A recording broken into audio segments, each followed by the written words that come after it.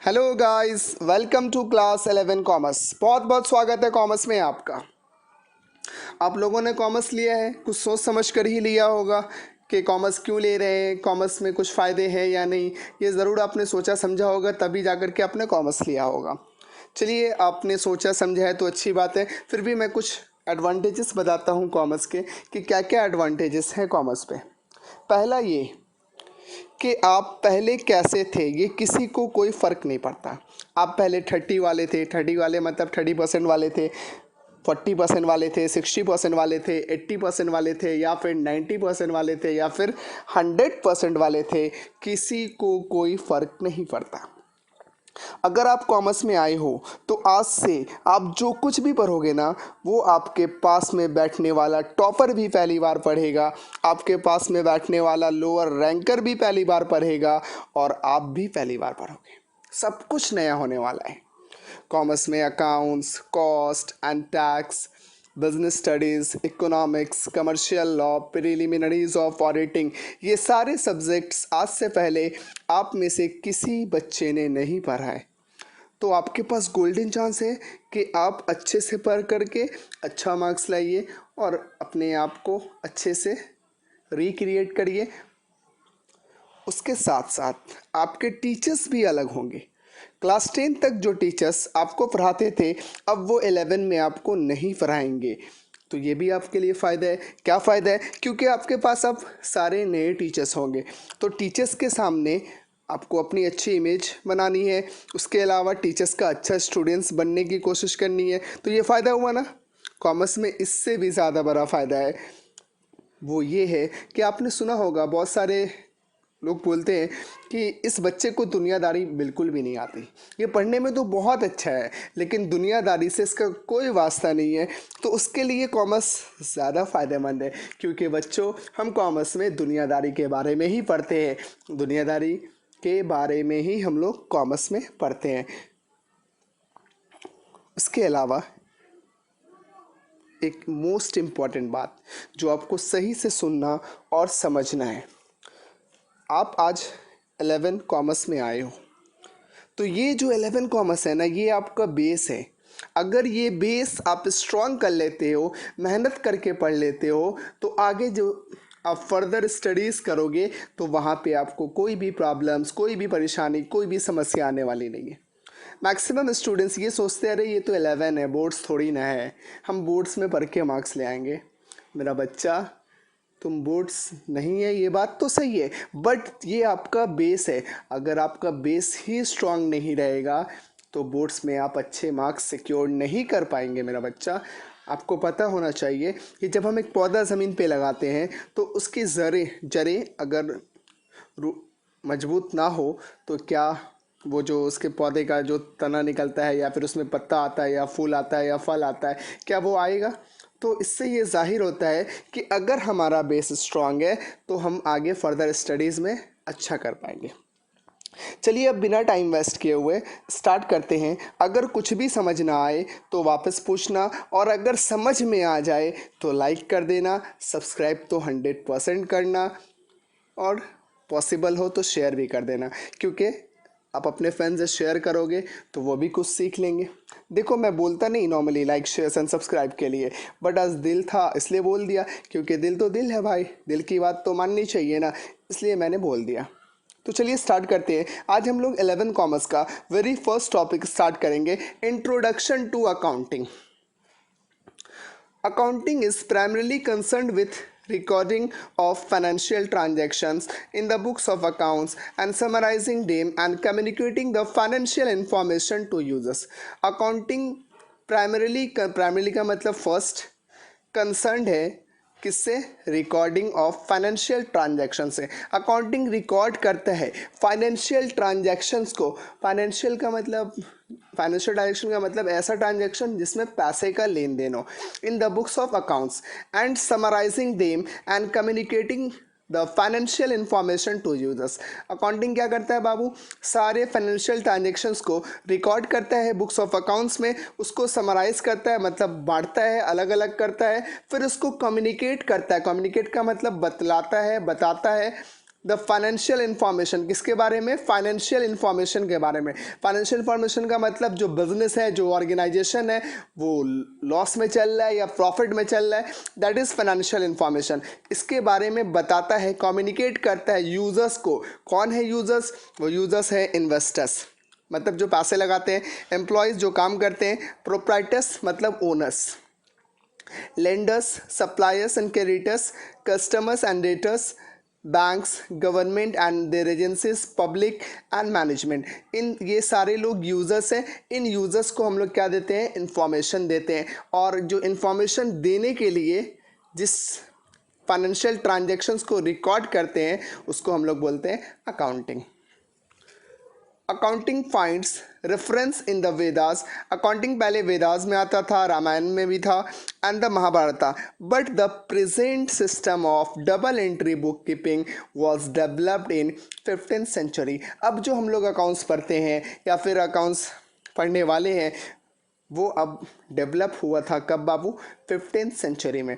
पहले अकाउंटिंग हम लोग कहाँ पे देखते थे? वेदास में, रामायण में या फिर महाभारत में। लेकिन अभी जो अकाउंटिंग सिस्टम फॉलो हो रहा है, बुक कीपिंग फॉलो हो रहा है, वो डेवलप कब हुआ बाबू? 15th सेंचुरी में। MCQ आता है, ध्यान रखिएगा, जो मैंने हाईलाइट करके रखा है।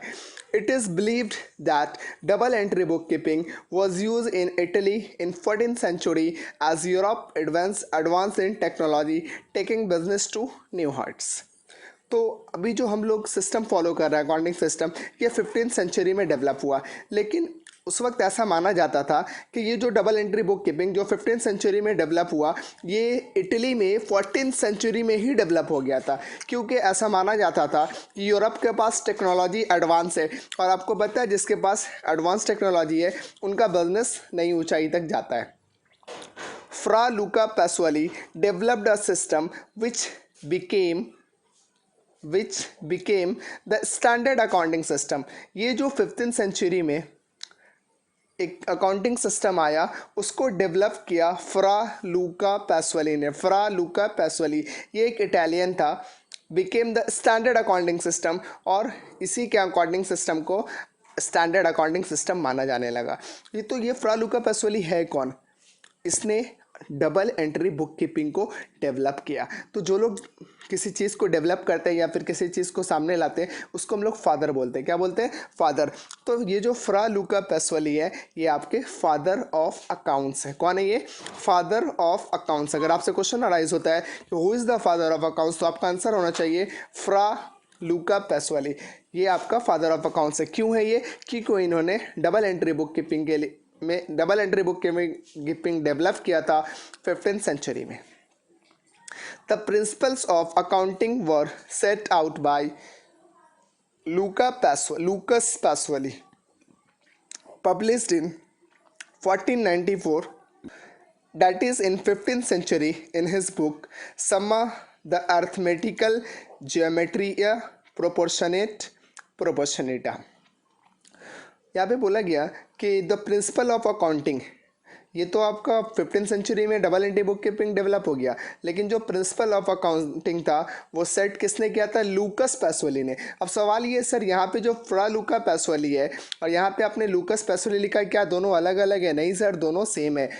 अलग अलग लोगों ने अलग अलग नाम से इनको जाना। हमने आपको फ्रा लूका पैसोली बताया, लेकिन इनको लूकस पैसोली भी बोला जाता है, और कभी कभी हम लोग लूका पैसोली भी बोलते हैं, मतलब इसको हटा देते हैं। तो फ्रा लूका पैसोली बोले या लूकस पैसोली बोले या सिर्फ लूका पैसोली बोले, ये लोग सारे सेम हैं। तो इन्होंने जो बुक पब्लिश किया था, कब किया था बाबू? 1494 में, डैट इज़ 15th सेंचुरी। और उनके बुक का नाम क्या था? Summa de Arithmetica Geometria Proportionalita. The method developed by Pacioli. देखो यहाँ पे मैंने सिर्फ पैसोली लिखा है, क्योंकि कुछ लोग फ्रा लूकस पैसोली बोलते हैं, कोई फ्रा लूका पैसोली बोलता है, और कोई पैसोली बोलता है। Was initially not used in Europe. मतलब जो पैसोली ने, मतलब फादर ऑफ अकाउंट्स ने डबल एंट्री बुक कीपिंग को डेवलप किया, वो यूरोप वालों ने पहले नहीं माना, पहले वो यूज़ नहीं करते थे। However by 19th century it came to be accepted as the standard accounting system. लेकिन 19th सेंचुरी में यूरोप वालों ने भी मान लिया, और वो लोग भी हमारे प्रेजेंट अकाउंटिंग सिस्टम को फॉलो करने लगे। प्लीज़ टेल मी, आपका यहाँ तक का कॉन्सेप्ट एकदम क्लियर है? ये जस्ट एक हिस्ट्री था, इवोल्यूशन था, किस चीज़ का बाबू? अकाउंटिंग का। क्लियर है यहाँ तक? नेक्स्ट है accounts is a code language symbol in which accountancy speaks. आपको याद होगा जब आपने इंग्लिश पढ़ना स्टार्ट किया था तो क्या आपने डायरेक्टली सिलेबस पढ़ लिया था? क्या आपने डायरेक्ट स्टोरी पढ़ लिया था या फिर आपने डायरेक्टली पोएम कर लिया था? नहीं सर। इंग्लिश जब हमने बचपन में पढ़ना स्टार्ट किया था तो सबसे पहले हमें अल्फ़ाबेट्स पढ़ाए गए थे, ABCD, राइट।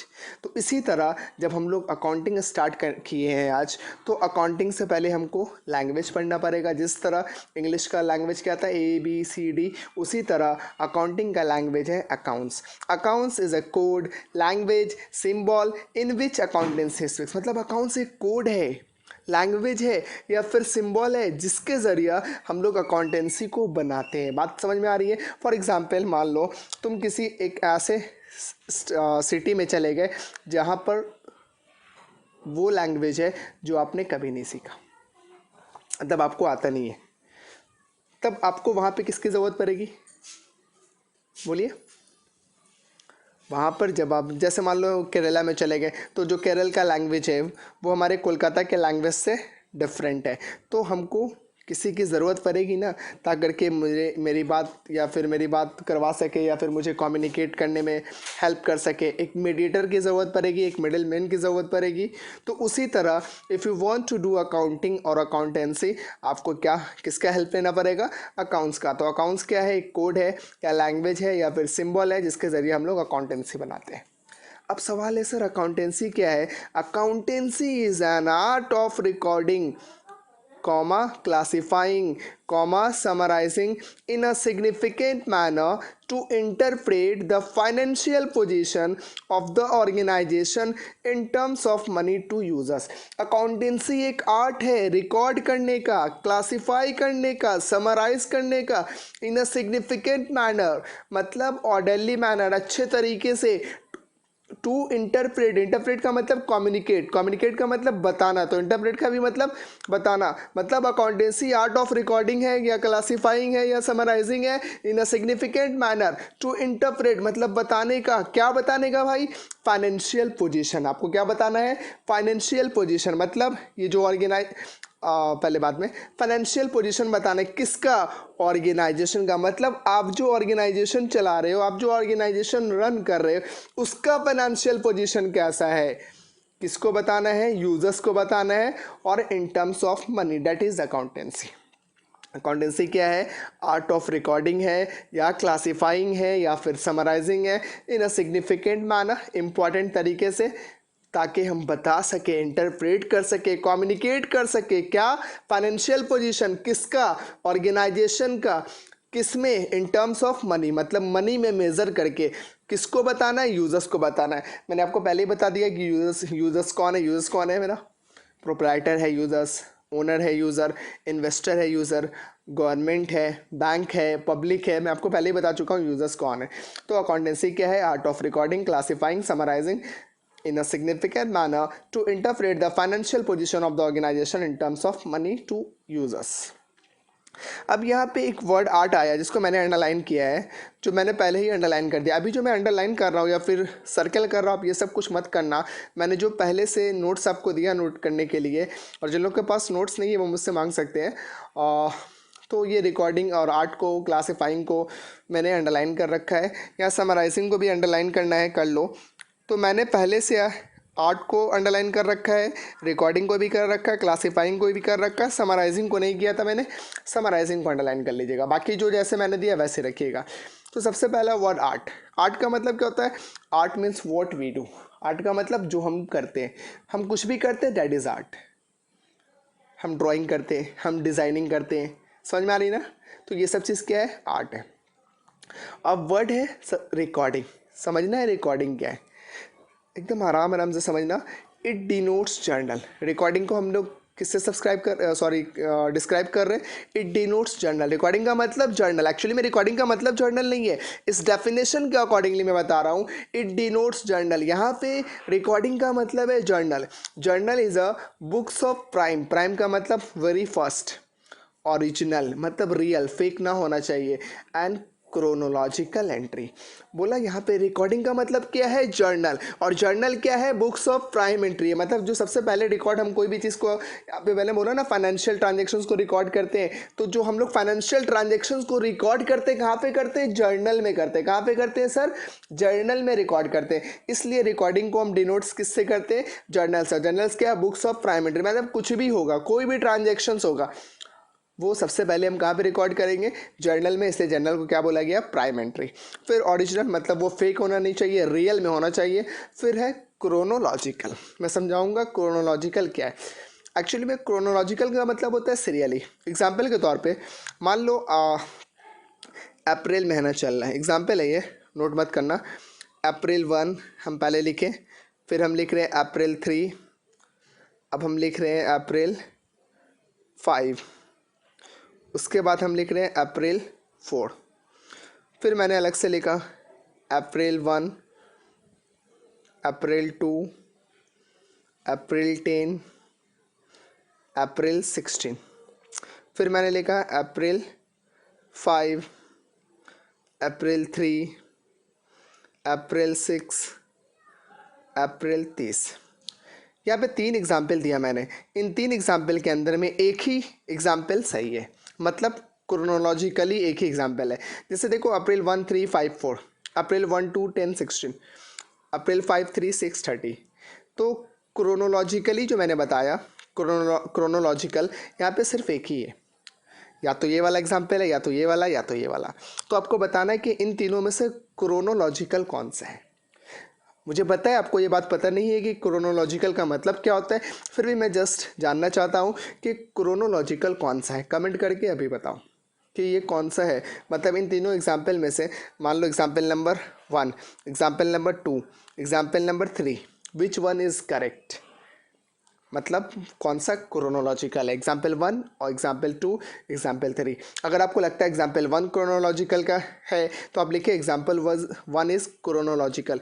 अगर एग्जाम्पल 2 लगता है तो आप लिखिए एग्जाम्पल 2 इज़ क्रोनोलॉजिकल, और 3 लगता है तो एग्जाम्पल 3 इज़ क्रोनोलॉजिकल। चलिए मैं आपको बताता हूँ एग्जाम्पल नंबर 2 क्रोनोलॉजिकल है। सर कैसे? आप यहाँ पे देखिए अप्रैल 1, 3, 5 कोई प्रॉब्लम नहीं था, लेकिन 5 के बाद 4 आ गया जो नहीं आना चाहिए। 5 के बाद 6 आए, 7 आए, 10 आए, डजंट मैटर, लेकिन 5 के बाद उससे पहले वाला नंबर आ गया, मतलब ये क्रोनोलॉजिकल नहीं है। चलिए एग्जाम्पल नंबर 3 देखते हैं। अप्रैल 5, उसके बाद आ गया 3, देखो फिर से प्रॉब्लम हो गया। 5 के बाद क्या आ गया? 3, जबकि 5 के बाद 6 आता है। 6 के बाद अगर मान लो 6 नहीं भी लेता, डायरेक्टली 30 ले लेता तो भी एक्सेप्टेड था। मतलब सिंपल सा बात यह है कि कोई भी नंबर से पहले वाला नंबर बाद में नहीं आना चाहिए। अगर बाद में आता है तो वो क्रोनोलॉजिकल नहीं है। जैसे आप यहाँ पे देखो अप्रैल 1 के बाद 2, 2 के बाद 3 आता है, 4, 5, 6, 7, 8, 9, फिर क्या आता है 10। तो मैंने 2 के बाद 10 ले लिया, नो प्रॉब्लम सर, लेकिन 10 के बाद 9 नहीं लिया मैंने, 10 के बाद क्या लिया? 16 लिया। तो हमने 16 लिया, तो ये क्रोनोलॉजिकल है। अगर मान लो अप्रैल 16 के बाद हम अप्रैल 18 ले सकते हैं, अप्रैल 19 ले सकते हैं, अप्रैल 30 तक जा सकते हैं, लेकिन बात यह है कि सीरियली जा रहे हैं हम। 1 के बाद 2 जा रहे हैं वो मैटर नहीं करता, 2 के बाद 3, 4 नहीं जा करके डायरेक्टली हम 10 पे पहुंच जा रहे हैं, डेट रियली डजेंट मैटर। बस आपको ये देखना है कि सीरियली है ना। सीरियली का मतलब है कि लाइन से जा रहा है या नहीं जा रहा है। जंप करके जा रहा है वो अलग बात है, लेकिन पहले वाला बाद में आ रहा है ये नहीं होना चाहिए। जैसे इसमें हुआ 1 के बाद 3, 3 के बाद 5, कोई प्रॉब्लम नहीं था, 5 के बाद 4 हो गया, that is the main problem. Chronological का मतलब होता है सीरियली जाना। सीरियली का मतलब ये नहीं कि 1 से स्टार्ट किया तो 100 तक बिना रुके चले जाना है, या 1 से स्टार्ट किया 30 तक या फिर 31 दिन तक पूरा सीधे चले जाना है। क्रोनोलॉजिकली यानी सीरियली का मतलब ये हुआ कि 1 के बाद 3, 3 के बाद 5, 5 के बाद 6, 6 के बाद 7, 7 के बाद 13 भी आ सकता है, लेकिन 13 के बाद 12 नहीं आ सकता। होप सो क्रोनोलॉजिकल आपका क्लियर है।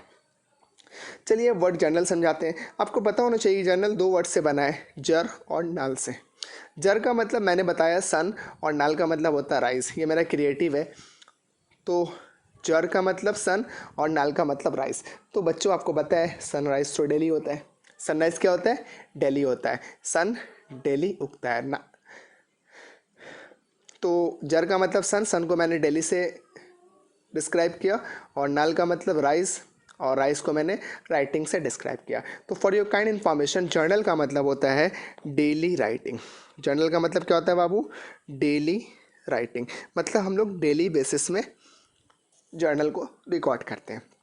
इसलिए मैंने आपको ये डिस्क्राइब किया। ये आपका चार्ट क्रिएटिव है, ये चार्ट आपको बुक में कहीं पे मिलने वाला नहीं है। तुम ही बताओ ना यार, सूरज तो डेली उगता है ना, सनराइज तो डेली होता है, इसलिए जर को मैंने डेली लिखा और नाल को मैंने राइटिंग लिखा। This is journal. तो बच्चों, रिकॉर्डिंग का मतलब होता है जर्नल। एक्चुअली में रिकॉर्डिंग का डेफिनेशन जर्नल नहीं है, मैंने आपको समझाया कि रिकॉर्डिंग का मतलब जर्नल होता है। और जर्नल को क्या बोलते हैं? प्राइम, ओरिजिनल या फिर क्रोनोलॉजिकल एंट्री। उसके बाद दूसरा वर्ड था हमारे पास क्लासीफाइंग। क्लासिफाइंग क्या है? It denotes ledger. Sir recording को हमने डिनोट्स किया जर्नल से, क्लासिफाइंग को डिनोट करेंगे लेजर से। It is the process of grouping transactions. ये ट्रांजैक्शंस को ग्रुप करता है, और entries of one nature eight one place. मतलब ये हुआ कि एक तरह का जितना आइटम्स है सबको एक जगह रखता है। Ledger is also known as king of all books, और लेजर को हम लोग किंग ऑफ ऑल बुक्स बोलते हैं। तो क्लासिफाइंग का मतलब लेजर। लेजर क्या है? लेजर क्या करता है? एक जैसे आइटम्स को, सिमिलर आइटम्स को एक जगह करता है। एग्जाम्पल के तौर पे ले लो, आपने अभी एडमिशन लिया 11 में, राइट?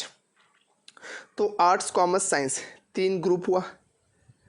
तो क्लासीफाई कैसे करते हैं? 11 आर्ट्स एक जगह कर दिया, 11 कॉमर्स एक जगह कर दिया, 11 साइंस एक जगह कर दिया।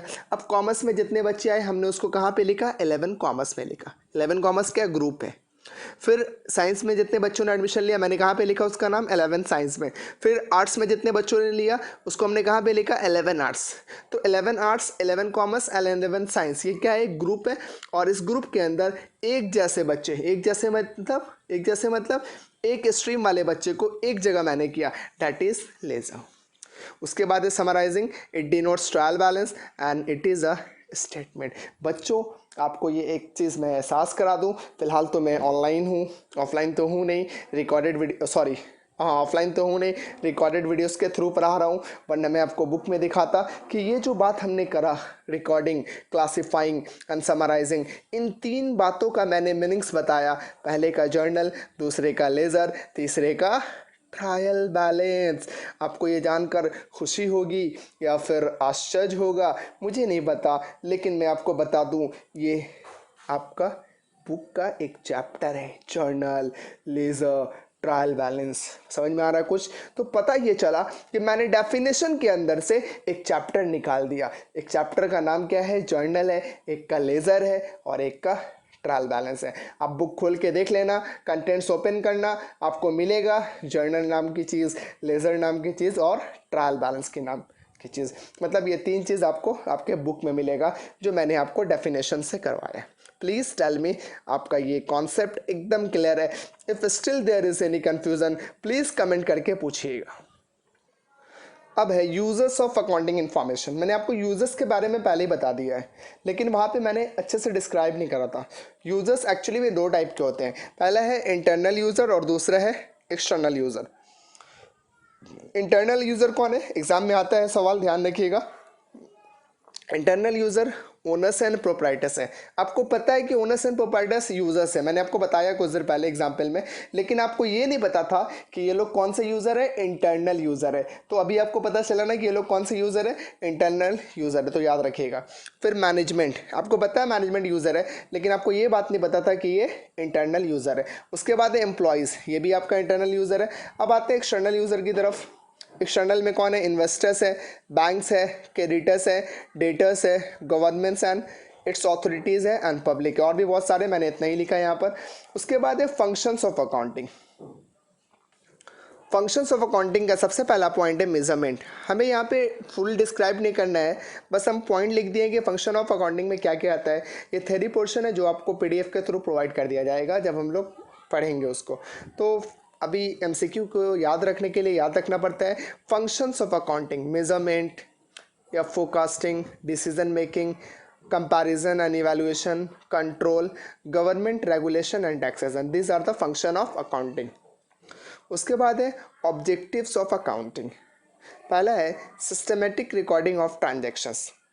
सिस्टमेटिक रिकॉर्डिंग ऑफ ट्रांजेक्शन का मतलब क्या हुआ? जर्नल बनाना, लेज़र बनाना और ट्रायल बैलेंस बना के रिकॉर्ड कर देना. तो आपको मैंने पहले ही बता चुका हूँ जर्नल क्या है, लेज़र क्या है और ट्रायल बैलेंस क्या है. क्लियर है ना बात? देखो एक के साथ एक कॉन्सेप्ट जुड़ा हुआ है. System of recording of transaction का मतलब journal, ledger and trial balance बनाना. उसके बाद है असर्टेनमेंट ऑफ रिजल्ट्स. आपको रिजल्ट असर्टेन करना है तो वो कैसे होगा? मैन्युफैक्चरिंग अकाउंट बनाना पड़ेगा, ट्रेडिंग अकाउंट बनाना पड़ेगा या फिर प्रॉफिट एंड लॉस अकाउंट बनाना पड़ेगा, जो हम लोग पढ़ेंगे. एक और बात मैं आपको बता दूं कि आपके बुक में ये चैप्टर आपको मिल जाएगा, trading account and profit and loss account. तो पता ये चलता है कि मैं जो भी आपको नोट्स पढ़ा रहा हूँ या जो भी थेरीज पढ़ा रहा हूँ ये पूरा बेस है और मैं एक एक थेरी से एक एक चैप्टर जनरेट कर रहा हूँ. जैसे यहाँ पे देखो मैंने क्या जनरेट करा, general laser and trial balance ये पहले ही जनरेट कर चुका हूँ. उसके बाद असर्टेनमेंट ऑफ रिजल्ट, आपको रिजल्ट असर्टेन करना है, फाइंड आउट करना है तो आपको क्या बनाना पड़ेगा? Manufacturing account, trading account and profit and loss account. तो आप देखना बुक में trading and profit and loss account भी आपका एक चैप्टर है. उसके बाद है असर्टेनमेंट ऑफ फाइनेंशियल पोजीशन. अगर आपको फाइनेंशियल पोजीशन असर्टेन करना है, फाइंड आउट करना है तो आपको क्या बनाना पड़ेगा? Balance sheet. तो ये ऑब्जेक्टिव्स है point number a b c. आपको पता होना चाहिए कि बैलेंस शीट भी हमारे सिलेबस में है और हमारे बुक में है, देख लीजिएगा. Communicating information to various users, और आपको यूजर्स को बताना है, कम्युनिकेट करना है इन्फॉर्मेशन, तो उसके लिए आपको बनाना पड़ेगा फाइनेंशियल रिपोर्ट्स. मतलब आप यूजर्स को थोड़ी ना बोलोगे ए भाई मेरा ये हुआ, ए भाई मेरा वो हुआ, मेरा इतना प्रॉफिट हुआ, इतना लॉस हुआ, ये सब चीज़ आप नहीं बोलिएगा. आपको उसके लिए एक रिपोर्ट बनाना पड़ेगा और वो रिपोर्ट इंटरनल यूजर्स या फिर एक्सटर्नल यूजर्स जिसको बोला जाएगा उसको आपको फॉरवर्ड कर देना पड़ेगा. तो these are the objectives of accounting. उसके बाद है ब्रांचेस और सब फील्ड्स ऑफ अकाउंटिंग. अकाउंटिंग के ब्रांचेस क्या क्या है? Financial accounting, cost accounting, these are the branches of accounting. ये याद रखने के लिए कॉन्सेप्ट है, इसलिए मैं आपको डिस्क्राइब करके नहीं बता रहा हूँ. ये सारा कॉन्सेप्ट मैं आपको बाद में पढ़ाऊँगा और बताऊँगा, नोट्स भी प्रोवाइड करूंगा. फिलहाल आपको सिर्फ ये याद रखना है कि ये ब्रांचेस ऑफ अकाउंटिंग है. Management accounting, social responsibility accounting and human resource accounting. तो ये सारा चीज़ आपको याद रखना है, खास करके अगर वेस्ट बंगाल बोर्ड वाले बच्चे देख रहे हैं तो जो चीज़ मैं पढ़ा रहा हूँ एक एक पॉइंट याद रखना. और अगर आईएससी वाले बच्चे वीडियोस को देख रहे हैं तो आईएससी वाले कॉन्सेप्ट को ध्यान में रखिएगा. WB वाले खास करके ध्यान इसलिए रखेंगे क्योंकि उनका MCQ आता है, 24 MCQ आता है अकाउंट्स में. तो ये सारी चीज़ मैंने अभी तक जितना पढ़ाया इसमें से 5-6 MCQ आपका मिल जाएगा. तो हम अच्छा से पढ़ेंगे तब ना ये 5-6 MCQ सॉल्व कर पाएंगे. इसलिए प्लीज़ एकदम अच्छा से ध्यान से सुनिएगा और समझिएगा.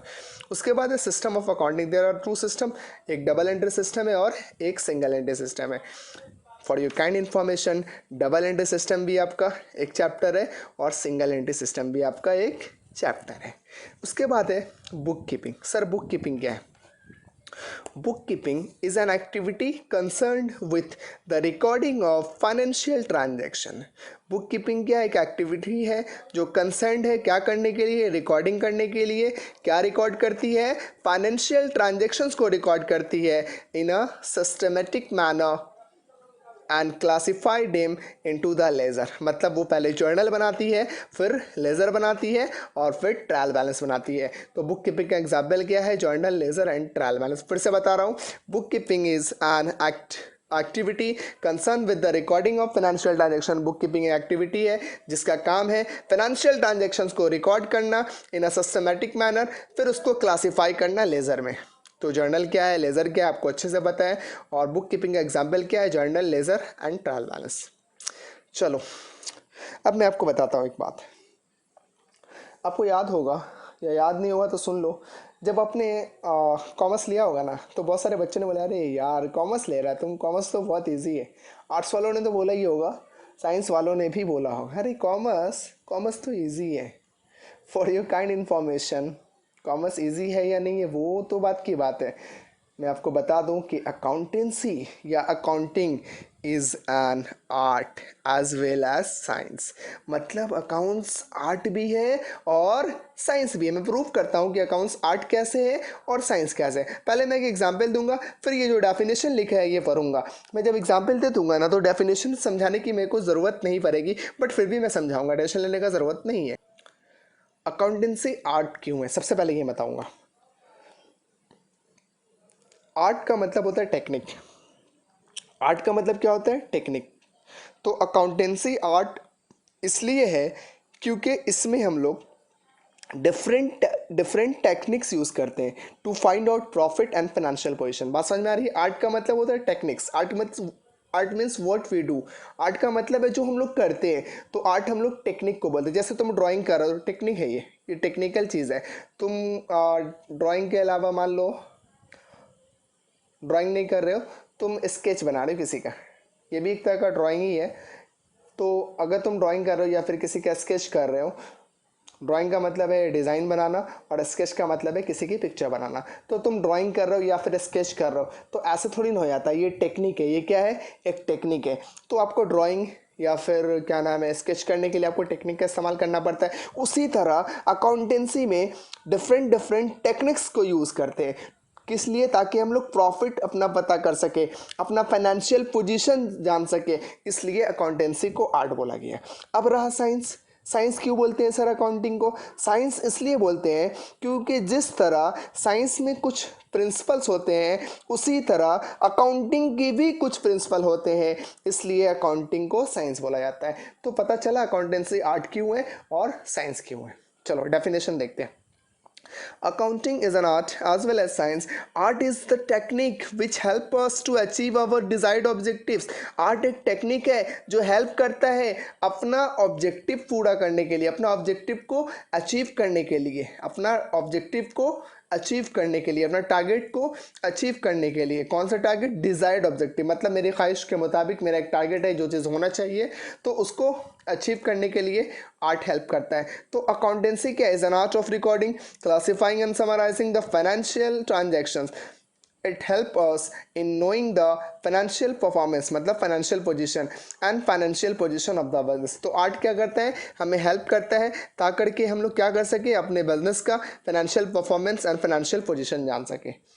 Any organise knowledge based on principle is a science. कोई भी ऑर्गेनाइज नॉलेज जो प्रिंसिपल बेस्ड हो, मैंने पहले ही कहा था जो कि साइंस में एक प्रिंसिपल फॉलो होता है, उसी तरह अकाउंट्स में भी प्रिंसिपल फॉलो होता है, इसलिए अकाउंटेंसी को साइंस बोला गया है। वही बात यहाँ पे बोला जा रहा है कि अगर कोई ऑर्गेनाइज नॉलेज जो प्रिंसिपल बेस हो वो साइंस है, और accountancy is also a science as it is an organise knowledge based on principal.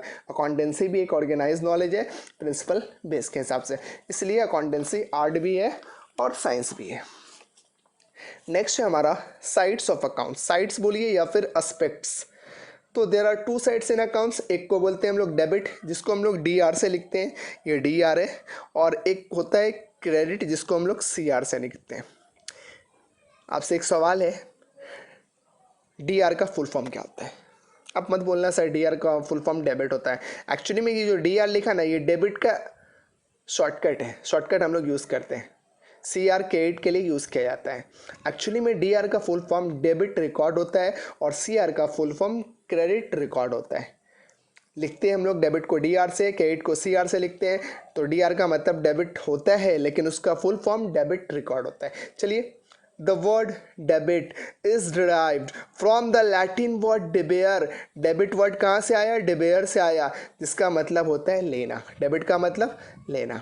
उसके बाद एक credit. The word credit is derived from the Latin word credere which means to give. और credit का मतलब देना। Debit का मतलब लेना, क्रेडिट का मतलब देना। तो अकाउंटेंसी में लेने देने का ही काम चलता रहता है। उसके बाद है टर्म्स ऑफ अकाउंट्स। सबसे पहला बात मैं आपको बता दूं कि अकाउंटेंसी में बहुत सारे टर्म है, बट यहाँ पर हम दो ही टर्म्स पढ़ने वाले हैं जो हमें प्रैक्टिकल बेस पे काम आने वाला है। पहला है इवेंट्स। इवेंट्स बताने से पहले मैं एक चीज़ बताता हूँ। आप लोग स्पोर्ट्स में पार्टिसिपेट किए होंगे अपने स्कूल्स पे, तो आपको याद होगा 100 metre, 200 metre, 300 metre, long jump, high jump, short put, skipping, ये सब जो चीज़ दिया रहता था, that all are events. That all are events, उसको हम लोग इवेंट्स बोलते हैं। अब एग्जाम्पल है, definition. The term event means happening or occurrence as a result of transaction. बोला कि जो इवेंट है ना वो, उसका मतलब क्या होता है? हैपनिंग। हैपनिंग का मतलब होना, as a result of transaction. Event transaction के रिजल्ट पे होता है।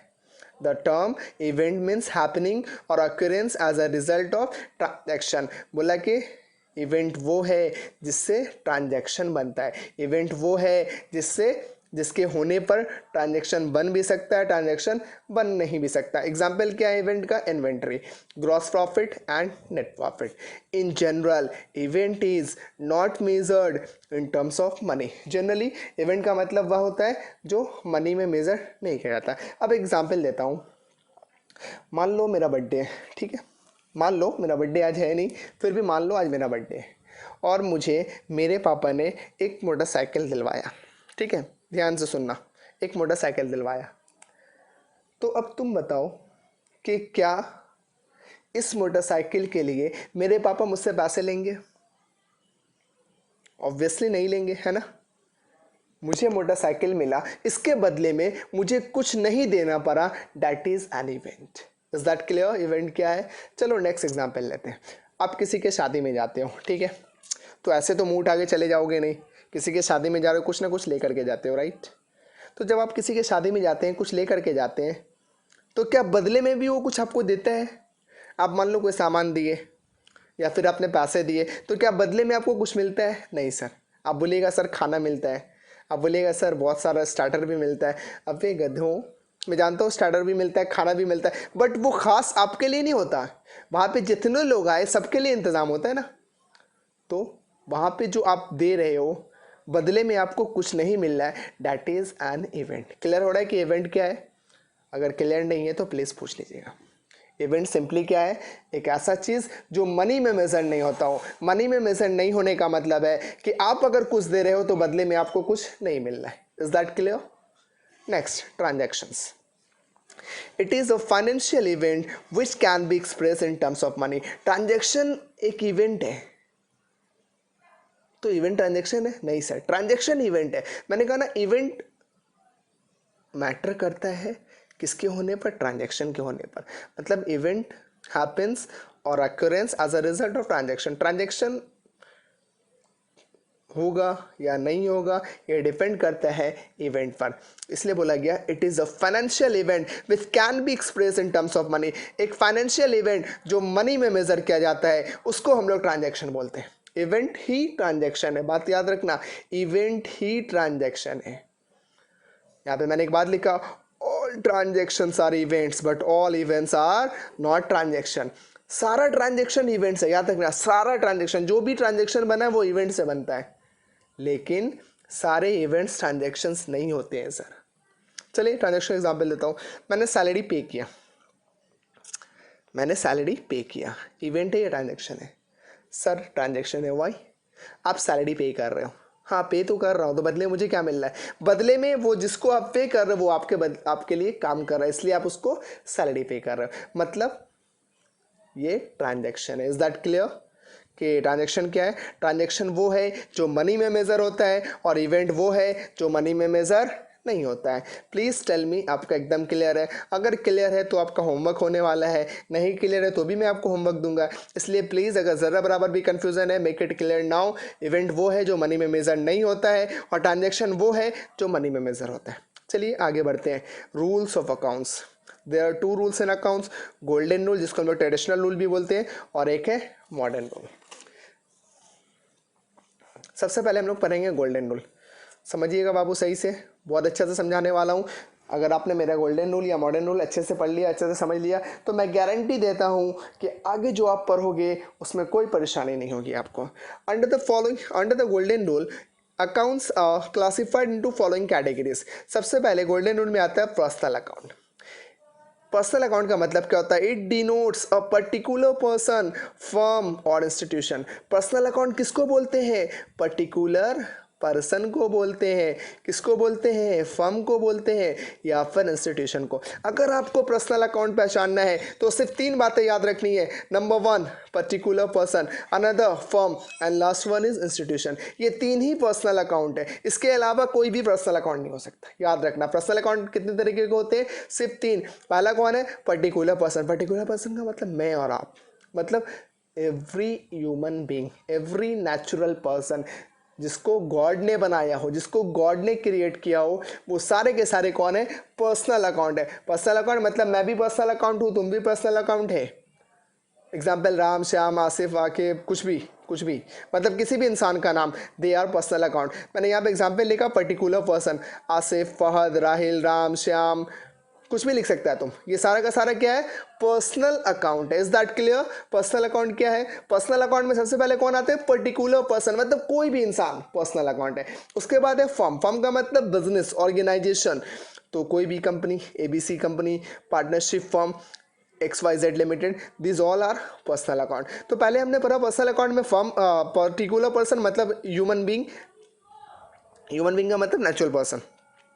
उसके बाद फर्म मतलब कोई भी बिजनेस, कोई भी ऑर्गेनाइजेशन, पर्सनल अकाउंट है। उसके बाद इंस्टीट्यूशन, इंस्टीट्यूशन का मतलब कोई भी स्कूल, कॉलेज या फिर कोई भी हॉस्पिटल, ये सब क्या है? आपका इंस्टीट्यूशन है। और इस इंस्टीट्यूशन को हम लोग बोलते हैं पर्सनल अकाउंट। यहाँ पे मैंने कुछ एग्जाम्पल लिखे, MJHS Mohammad Jan high school, IHS Islamia high school, AGHS Anjuman girls high school, KHS Khanna high school, Calcutta medical college, Jan Vidyalaya, ETC। यहाँ पे मैं एक और बात लिख देता हूँ, नहीं लिखा हूँ, जैसे क्या लिखूँ?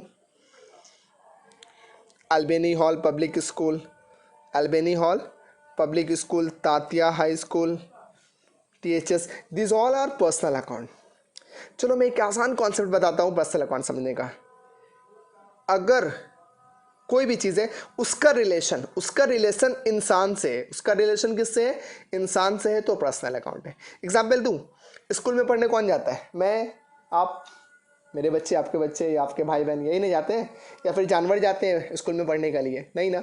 कौन जाता है? इंसान जाता है। तो इंसान कहाँ पे जाता है? स्कूल में जाता है। तो स्कूल क्या है? मेरा पर्सनल अकाउंट है। क्लियर हो रहा बच्चा लोग? स्कूल क्या है? मेरा पर्सनल अकाउंट। ऐसे ही समझ में आएगा, धीरे धीरे एकदम क्लियर हो जाएगा। मतलब किसी भी चीज़ का रिलेशन पर्सन से है तो वो पर्सनल अकाउंट माना जाएगा। कॉलेज में कौन जाता है पढ़ने? बच्चा लोग, हम लोग जाते हैं ना कॉलेज में पढ़ने, पर्सनल अकाउंट है। हॉस्पिटल में इलाज करवाने कौन जाता है? हम लोग जाते हैं। तो हॉस्पिटल भी क्या है? मेरा पर्सनल अकाउंट है। Is that clear? Very good, hope so clear ही होगा, क्योंकि मैंने आपको पर्सनल अकाउंट बहुत ही आसान और इजी वे में बताया है, आपको कोई प्रॉब्लम नहीं। चलो नेक्स्ट, दूसरा नंबर है इम्पर्सनल अकाउंट। अब तक हम पर्सनल अकाउंट के बारे में पढ़ रहे थे, अब है इम्पर्सनल अकाउंट। इम्पर्सनल अकाउंट में दो बातें आती है, real account and nominal account. जैसे मैंने आपको बाकी सब समझाया वैसे ये भी समझाऊंगा, टेंशन लेने का ज़रूरत नहीं है। रियल अकाउंट क्या है या फिर नॉमिनल अकाउंट क्या है, सब समझा दूंगा, एकदम टेंशन लेने का ज़रूरत नहीं है बच्चा लोग। तो पहला क्या था? Personal account. दूसरा क्या है? Impersonal account. तो इम्पर्सनल में दो अकाउंट आता है, रियल एंड नॉमिनल। बेसिकली बच्चों से जब पूछा जाता है बाबू गोल्डन रूल में कितने अकाउंट है, तो बच्चे बोलते हैं 3। पहला रियल, पर्सनल एंड नॉमिनल, मतलब personal, real and nominal, they are right. वो सही है, गलत नहीं है। आपको भी बोलना है, अगर आपसे पूछे गोल्डन रूल में कितने अकाउंट है, आपको बोलने 3 है, एक पर्सनल है, दूसरा रियल है, तीसरा नॉमिनल है। बट हम नॉलेज के लिए आपको बता रहे हैं कि पर्सनल अकाउंट गोल्डन रूल में 2 अकाउंट है, एक पर्सनल अकाउंट और एक इम्पर्सनल अकाउंट। फिर इम्पर्सनल में 2 है, रियल एंड नॉमिनल। तो हो गया ना 3, पर्सनल, रियल एंड नॉमिनल। तो आपको भी कितने बताने हैं गोल्डन रूल में? 3 अकाउंट्स हैं। तो हमने पर्सनल अकाउंट तो अच्छे से पढ़ लिया, अब रियल अकाउंट को भी उतने ही अच्छे से पढ़ेंगे। चलो, real account, it denotes all properties and possession of goods. Real account में सारे प्रॉपर्टीज आती है और पोसेशन ऑफ गुड्स आता है। प्रॉपर्टीज क्या है? प्रॉपर्टीज क्या है? बस यही समझना, प्रॉपर्टीज क्या है और पोसेशन ऑफ गुड्स क्या है, तो आपको पता चल जाएगा। This are real account. जिस तरह हमने समझा particular person, firm and institution personal है, तो उसी तरह रियल अकाउंट में सिर्फ 2 बातें हैं, प्रॉपर्टीज एंड पोसेशन। वहाँ पे तो 3 था, यहाँ पे 2 है, तो ये तो जल्दी याद हो जाना चाहिए। तो आइए याद करवाते हैं। याद करवाने का मतलब रट्टा मारना नहीं है, कॉन्सेप्ट है बच्चा समझने का। प्रॉपर्टीज में क्या आता है? Land and building. लैंड किसका है? मेरा है, मेरा प्रॉपर्टी है। बिल्डिंग किसका है? मेरा है, that's are mine, that's mine, मेरी प्रॉपर्टी है। तो जो मेरी प्रॉपर्टी है वो एसेट्स है, मेरी रही है किसी की भी रहे, लैंड एंड बिल्डिंग तो प्रॉपर्टी होता है ना बच्चा। तो लैंड एंड बिल्डिंग क्या है? रियल अकाउंट है सर। फर्नीचर प्रॉपर्टी है ना?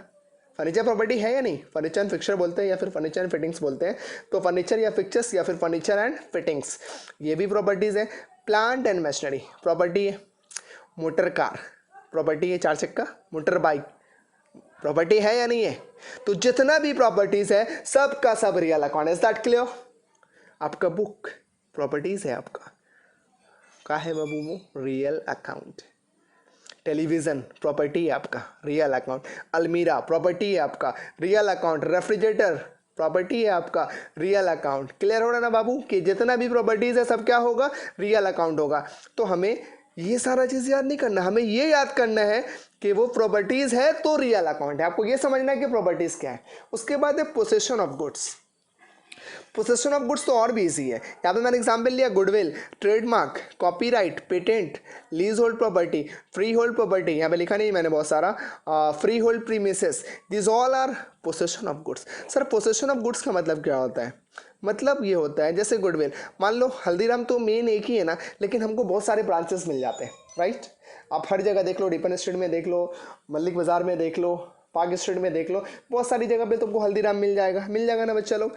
तो एक्चुअली में हल्दीराम का एक ब्रांच नहीं है, बहुत सारा ब्रांच है। जो मेन ब्रांच है, जो मेन आदमी है हल्दीराम, उसका जो गुडविल है हर जगह बांटा हुआ है। मतलब कोई भी इंसान हल्दीराम के नाम से अगर दुकान खोल लेता है तो उसका दुकान 100% चलेगा। रीज़न क्या है उसके पीछे? गुडविल। सर गुडविल क्या है? गुडविल रेपुटेशन है। गुडविल क्या है? एक रेपुटेशन है, मतलब पब्लिसिटी है, फेमस, बहुत ज़्यादा फेमस जो इंसान रहता है ना, उसका एक गुडविल बन जाता है। मैं अपने बारे में नहीं बोलूँगा, मैं जानता हूँ मेरा गुडविल है, बट मैं नहीं बोलूँगा। आप लोग जानते हैं बोल के क्या फ़ायदा। तो किसी भी इंसान का जब गुडविल बन जाए, जैसे हम लोग एक इंस्टीट्यूट चला रहे हैं स्काईलाइट क्लासेस, ठीक है। तो ये जो स्काईलाइट क्लासेस है, अगर कोई और बंदा खोल लेता है और हमारे पास आता है, बोलता है कि हम एक इंस्टीट्यूट खोल रहे हैं, आपका नाम हमें चाहिए। जब हम उसको वो नाम देते हैं, डैट इज़ गुडविल।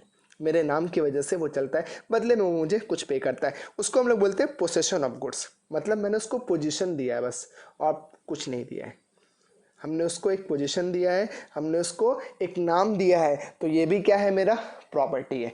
गुडविल भी क्या है? मेरा एक तरह का प्रॉपर्टी ही है, लेकिन उसको पोसेशन बोला जाता है। इसलिए रियल अकाउंट में दो बातें याद रखनी है, all properties and possession of goods. उसके बाद नॉमिनल अकाउंट। बच्चे लोग ये तो बहुत आसान है। It denotes all expenses and losses and all incomes and gains. पहला वाले में 3 पॉइंट था, particular person, firm and institution. दूसरे में हमको 2 ही पॉइंट याद रखने थे, प्रॉपर्टीज एंड पोसेशन। और तीसरे में हमको याद रखना है 2 ही point, all expenses and losses and income and gains. Expense का मतलब खर्चा, लॉस का मतलब नुकसान, इनकम का मतलब तो लोग सबको पता है फ़ायदा। तो मतलब जो नुकसान होगा, जो खर्च होगा, जो फ़ायदा होगा, सबका सब क्या है बाबू? नॉमिनल। तो नॉमिनल अकाउंट में all expenses and losses and all incomes and gains आता है। तो यहाँ पे लिखा मैंने एक्सपेंसेस का मतलब खर्च होता है बाबू, wages, salary paid, rent paid, purchase मतलब कुछ खरीदोगे तो पैसा जाएगा ना, तो एक्सपेंस होगा। This all are personal account. Loss, bad debt, मतलब एक आदमी पैसा नहीं दिया, तुम्हारा नुकसान हो गया, उसको हम लोग बैड डेट बोलते हैं। उसके बाद है incomes and gains, salary receive, rent receive. Salary पे भी होता है, सैलरी रिसीव भी होता है। अगर पे है तो एक्सपेंस है, रिसीव है तो इनकम है। Anything receive is income, anything paid is expense. मतलब कुछ भी आप पे कर रहे हो डैट इज एन एक्सपेंस, और कुछ भी आप रिसीव कर रहे हो that is an income. Rent पे कर रहे हो एक्सपेंस है, रेंट रिसीव कर रहे हो इनकम है, परचेस कर रहे हो खर्च होगा आपका, सेल करोगे आपको पैसा मिलेगा, तो परचेस एक्सपेंस है, सेल इनकम है। तो आपको ये सारी बातें याद रखनी है, डेट आर नॉमिनल अकाउंट। अब नॉमिनल अकाउंट का कुछ रूल है। Application of golden rule. Personal account बोलता है debit the receiver, credit the giver. इसको याद कर लीजिएगा, एकदम लिप्स पे होना चाहिए, वरना कन्वर्टर सुन कर देंगे। उसके बाद है real account, debit word comes in, credit word goes out. Personal account बोलता है जो भी रिसीव होगा डेबिट होगा, जो भी देंगे हम लोग वो क्रेडिट होगा। रियल अकाउंट बोलता है जो भी आएगा डेबिट, जो भी जाएगा क्रेडिट। नॉमिनल अकाउंट बोलता है debit all expenses and losses, credit all incomes and gains. उसके बाद है मॉडर्न रूल।